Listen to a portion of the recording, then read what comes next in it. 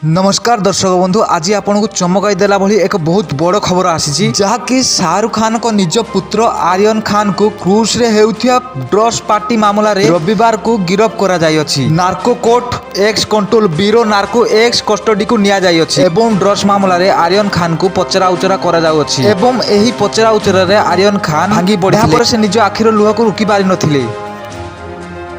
आर्यन खान गिरफ होगा पर एनसीबी निज लैंडलाइन फोन द्वारा आर्यन खान को निज पिता शाहरुख खान को 2 मिनिट कथा कराई देइथिला। एहा पर पचरा उचरा रे आर्यन खान लगातार कांदिबा को लागिथिले। पचरा उचरा रे सामना को आसिला जे आर्यन 4 वर्ष पूर्व ड्रग्स व्यवहार करुची। भारत बाहर मध्य यूके दुबई एवं अन्य केते देश रे आर्यन ड्रग्स व्यवहार करिछि। आर्यन एवं अरबाजक मध्य रे लगभग 15 वर्षर दोस्ती रही अछि।